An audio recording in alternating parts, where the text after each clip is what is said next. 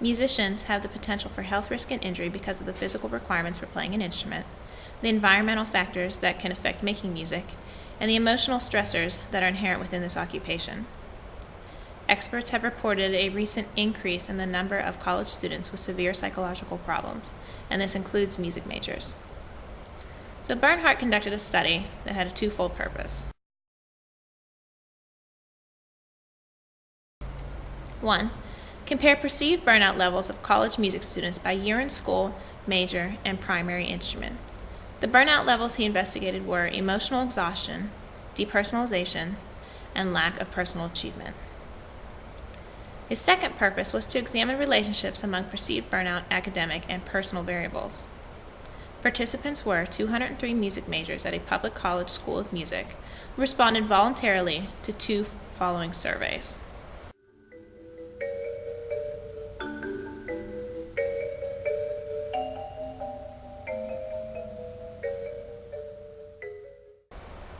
So here are our results. Descriptive data was computed for each survey, including means and standard deviations for burnout levels by year in school, major, and primary instrument. Of our burnout levels, emotional exhaustion was categorized as high, while depersonalization and personal accomplishment were labeled as moderate. Furthermore, results revealed no statistically significant differences by major or primary instrument, but did note that graduate students reported significantly lower levels of emotional exhaustion and higher levels of personal accomplishment than other years. To wrap up this study, I'd like to read a passage directly from Bernhardt's summary.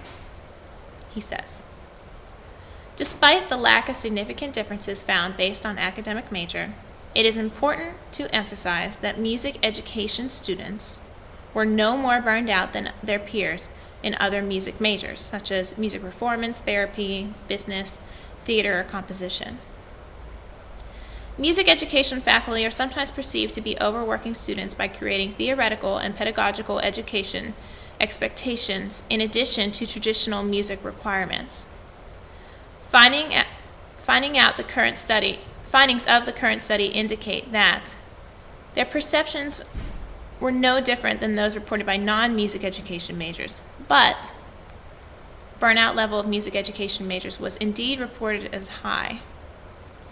So he's not saying that music education majors don't experience burnout, but rather that this high level of burnout is not limited to just music education majors, but affects all music majors. So with that, let's take a deeper look into our music education majors. The primary purpose of this study was to identify the intent of music education majors to teach music in schools. Specifically, data was collected and analyzed on music education majors' self-perceived intent to enter into teaching, make school music teaching a career, teach until retirement, and teach in preferred levels and settings. The secondary purpose was to explore the open-ended responses of music education majors for pursuing school music teaching positions, or not. Hellman surveyed 152 pre-service music teachers at 6 institutions to discover their intent to enter and remain in K-12 music teaching. The 6 institutions selected represent a variety of institution types: state flagship schools, regional public, private liberal arts college, and a conservatory. Music education majors at each institution completed a test called the Music Education Major Survey. Hellman developed the Music Education Major Survey to gather the data for this study. The survey consists of forced choice and open-ended response items on self-perceived variables that include student class, gender, major instrument, anticipated entry in teaching, graduate school enrollment, years between undergraduate degree and entry into teaching, first choice of teaching level, preferred teaching area, anticipated retention in teaching, ultimate career choice, and reasons for wanting or not wanting to obtain a school music teaching position. The results?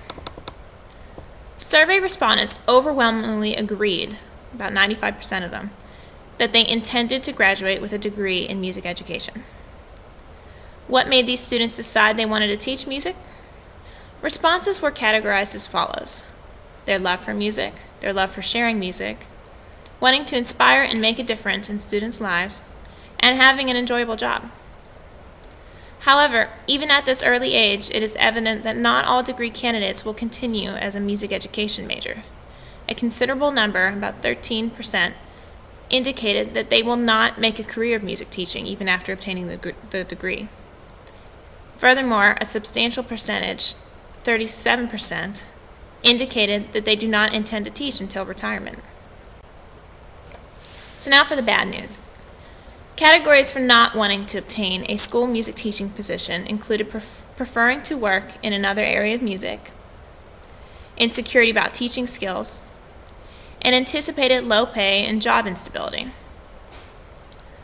Let's take a deeper look into one of these responses, insecurity about teaching skills.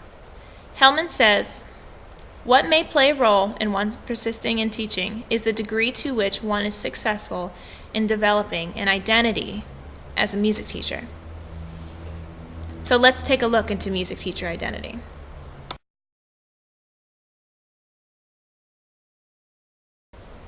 Many researchers have emphasized the development of teacher identity during music teacher preparation and the maintenance of a strong musician identity as a practicing teacher. However, this can be difficult. Music programs in higher education are largely geared to supporting a performer's identity through performance, participation in ensembles, and displaying knowledge regarding music. But the world of music teaching necessitates identification as a teacher through developing strong interactions with students, administrators, parents, and the community, an area that causes a lot of stress for new teachers. Socialization within the college or university music program appears to be based on musical performance skills as opposed to music teaching skills.